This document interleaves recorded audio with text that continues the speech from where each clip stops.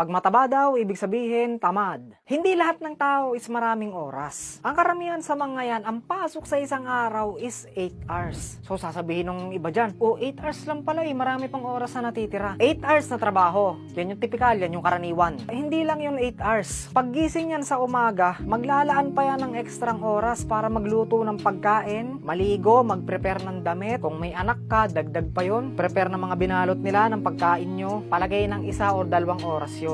And then, bago sila pumasok sa trabaho, abutin pa ng ilang oras na traffic. Tapos ayan na, magtatrabaho ng 8 hours. Pagkatapos, i-OT ka pa ng boss mo. Na-experience ko yan nung nagtrabaho ko sa supermarket. And then, pag-awa sa trabaho, traffic ulit. 1 oras, 2 oras, basta traffic ulit. Pagkatapos ng traffic na yun, kakain o liligo ulit, family bonding. Siyempre, pamilyado yung tao. Lang namang unahin pa yung fitness or yung gym. Imaginein mo, akala mo 8 hours lang. Hindi. Ang haba. Nakakapagsalita kasi kayo ng ganun dahil hindi nyo kasi na-experience. Mahirap yun sa case nila. Iba-iba ang bawat trabaho. Hindi sa ayaw nilang mag-gym. Talagang hindi lang nila maisingit yun dahil meron silang pinapriority, which is yung pamilya nila para makapag-provide. Dahil yun, sa sobrang busy, kahit home workout, hindi na rin magawa. Dahil pag uwi sa bahay, inaantok pa. Kasi ang ala kasi nung iba, yung 8 hours, madali lang na trabaho yun. Depende sa trabaho. Paano kung labor? Paano kung labor job?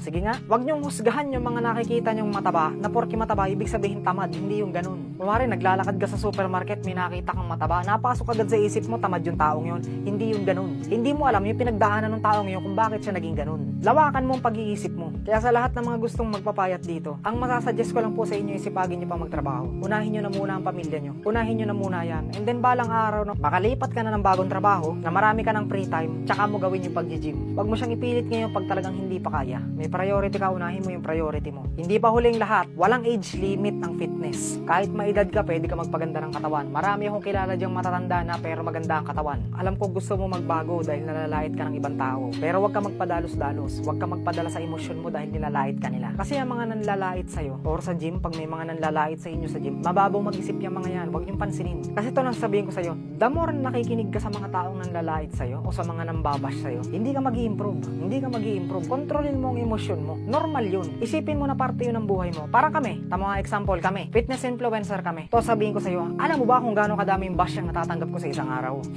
Alam mo ba kung gaano kadami? May idea ka ba? Kesyo, bakit nagtuturo yan? Hindi ka naman doktor. So, ibig palang sabihin, kailangan mo muna ng degree para tumulong sa ibang tao. So, ganun yung pinupunto nila. Kung masamain man nila yon, wala akong magagawa. Basta ako, tumutulong lang ako. Kung ano yung napag-aralan ko, in-apply ko sa katawan ko, gumana sa akin, i-share ko sa inyo. Yun lang yun, ganun lang kasimple. Sa dami ng influencer dito na walang degree, halos sa lahat ng social media, walang degree. Minsan sa itsura, yung buhok ko daw. Sino ba yung nagtuturo na yan? Ang haba naman ng buhok, ang gulo ng buhok. May hikaw pa sa labi. At ano sabihin ko sa iyo, marami ako natatanggap na ganan. Marami ako natatanggap na masasakit na salita. Pero, isinasantabi ko yun. Alam mo bakit? Dahil gusto ko marami pang matulungan. Ikaw, nasa decision mo yun. Kung makikinig ka sa mga basher mo or sa mga nanlalait sa'yo, hindi ka mag-i-improve, magagaya ka sa kanila dahil hinihila ka nila at ikaw naman inagpahila ka. Ang may papayo ko lang is umiwas kayo sa mga ganun tao pagka alam nyo ng meron talagang mga tao na kulang sa aruga. So, intindihin nyo na lang din kasi nga, yun, kaya nga nun, hindi tama ang gabay ng pagpapalaki, kaya ganun sila. Imbis na maging mabait sila or makipagkaibigan kung kani-kanino, kung sino-sino tinitira nila, yan yun na lang sila. Kasi hindi rin naman makikinig yung mga yan. Pag pinapagalitan mo,